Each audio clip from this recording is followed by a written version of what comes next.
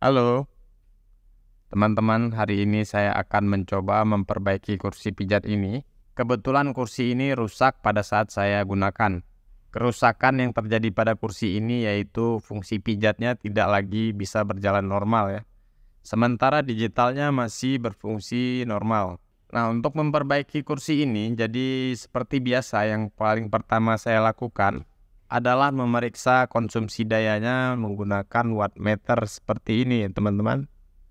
Ada juga yang merek Tupperware, itu fungsinya juga sama ya dan bisa juga digunakan. Oke, langsung saja kita cek berapa konsumsi daya kursi ini sekarang ya. Jadi untuk digitalnya ini, pengontrolnya ini masih menyala normal ya. Namun ketika kita nyalakan ini, di sini tampilannya terlihat normal, namun si kursinya tidak mau memijat ya teman-teman. Jadi kita langsung coba ukur ya.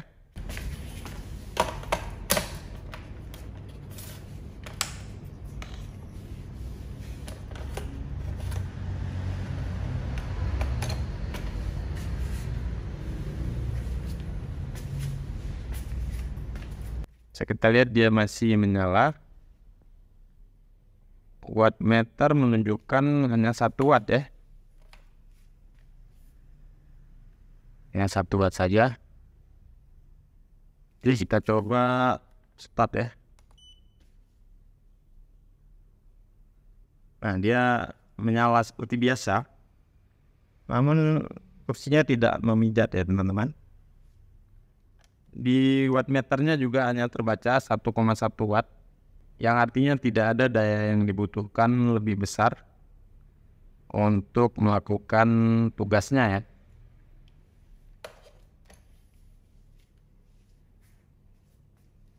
Jadi kita akan bongkar kursi ini. Nah, di sini sepertinya ada tanda error ya teman-teman. Jadi kita akan coba bongkar kursi ini ya.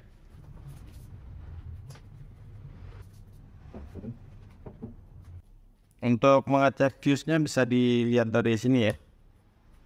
Letaknya di sebelah saklar. Jadi untuk memastikan saja kita juga akan mengecek fuse-nya.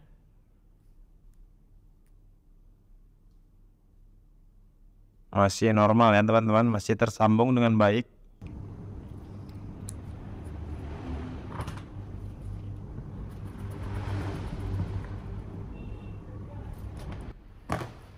Kebetulan di kursi ini fuse-nya berukuran 4 ampere ya. Tidak selalu sama untuk di setiap kursi karena itu sangat tergantung dari rangkaian komponen di dalamnya ya. Oke, jadi kita akan buka casing ini, kita mau cari controllernya ya, board controllernya.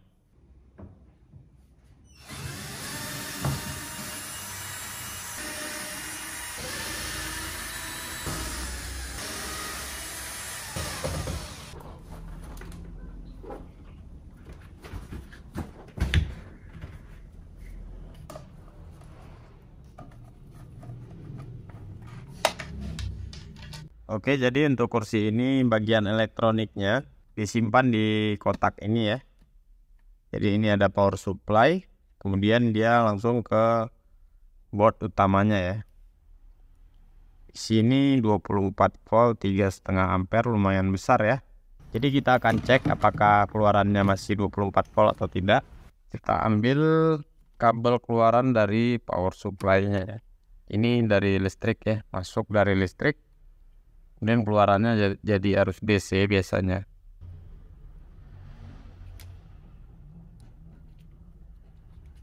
Oke, layar bisa kelihatan ya teman-teman. Ini saya nyalakan ya.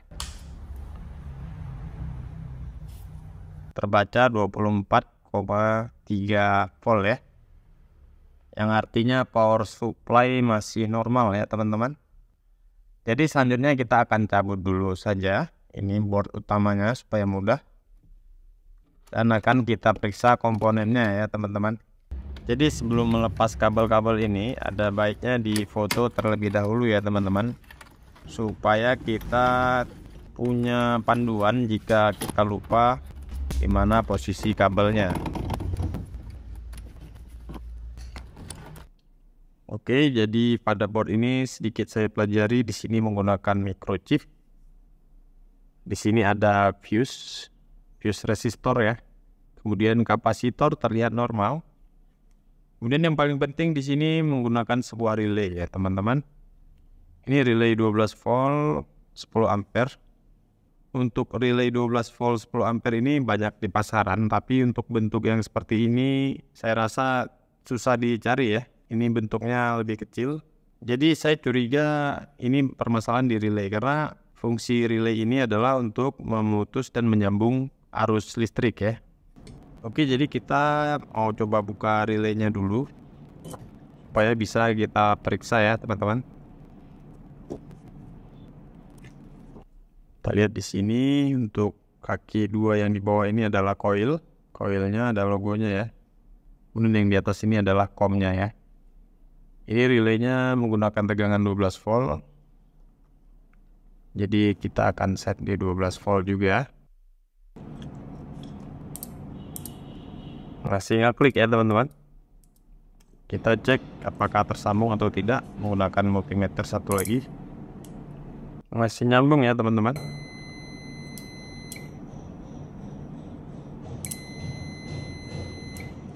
Oke, jadi sepertinya saya menemukan sesuatu di sini.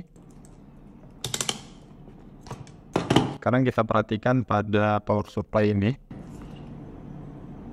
12 volt ya.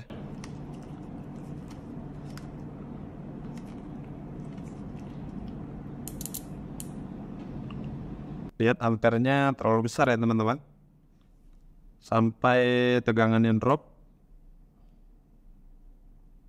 1 ampere lebih ya. Ini tidak normal pastinya. Ini sebuah relay dengan tegangan 12 volt juga, dan kapasitas ampere juga yang sama ya. Kita akan coba di sini.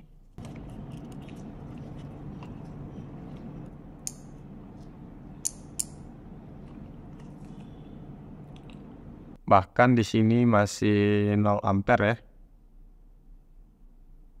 Artinya ini di bawah 10 ampere konsumsi arus ya. Ini untuk contoh relay yang normal ya teman-teman. Bisa dipastikan ini relaynya sudah rusak ya, dan harus kita ganti. Ini kalau dipegang masih panas teman-teman, karena arusnya sangat besar. Semakin besar arus yang mengalir, maka sebuah komponen akan semakin panas. Oke, kita cek sekali lagi, siapa tahu ada komponen yang terkena dampak dari kerusakan relay tersebut ya. Ini saya sepertinya melihat sebuah komponen yang hangus. Kita coba menggunakan mikroskop ya, supaya teman-teman bisa melihat.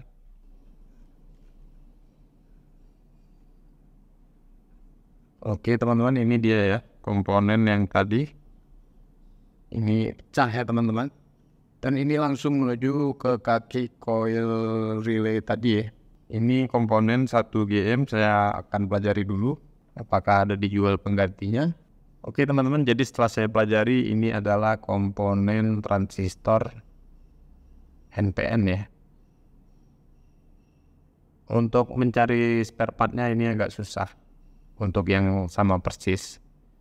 Tapi setelah saya pelajari datasheetnya, ini bisa digantikan dengan J3Y ya. Untuk komponen J3Y agak mudah dicari, dan seringkali komponen J3Y ini ada pada peralatan-peralatan made in China ya. Jadi kita akan mengangkat dulu transistor yang rusak ini ya.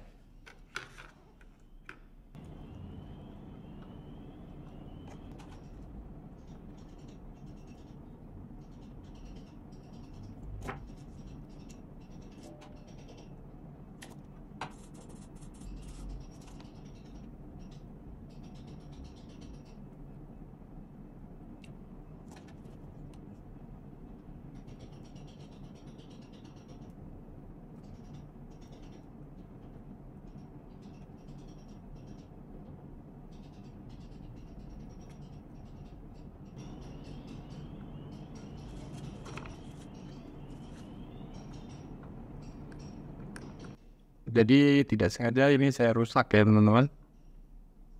Gak apa-apa, kita akan jumper aja dari sini ya. Ini saya jumper menggunakan kaki dari resistor ya,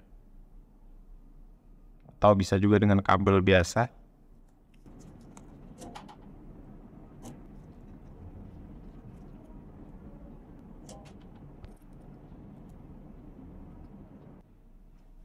Oke, kelihatannya sudah terhubung ya teman-teman. Kita cek dulu apakah ada short atau tidak.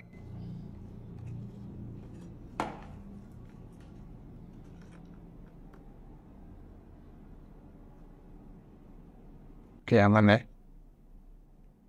Untuk kaki relaynya satu juga putus ya teman-teman. Jadi saya akan jumper dari sini.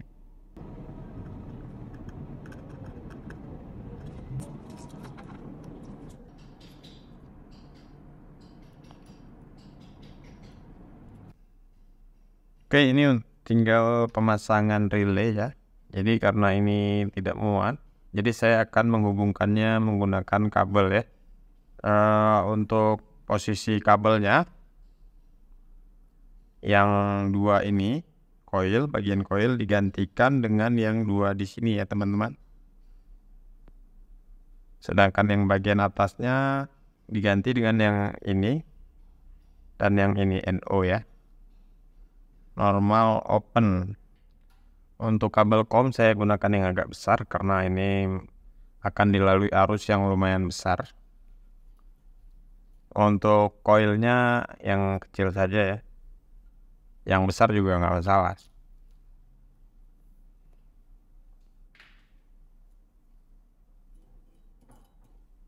Teman-teman, untuk boardnya sudah saya pasang kembali.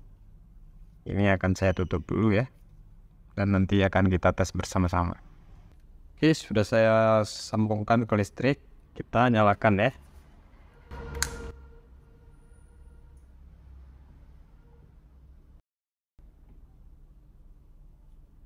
Nah, di sini konsumsi dayanya udah lebih tinggi dari yang sebelumnya ya.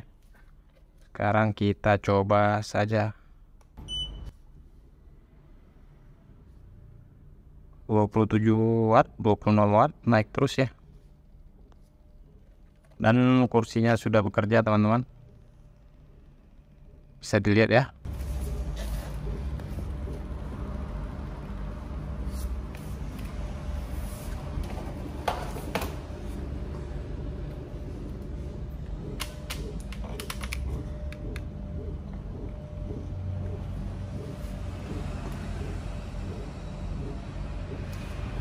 Gelombang udara.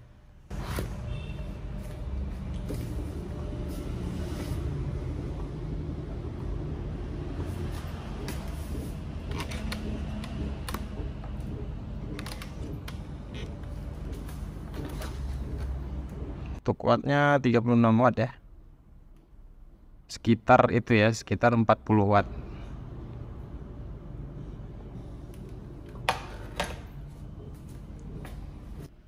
Oke, mungkin sekian dulu video kali ini. Semoga bermanfaat buat teman-teman. Barangkali ada pertanyaan, silakan tulis di kolom komentar. Bye.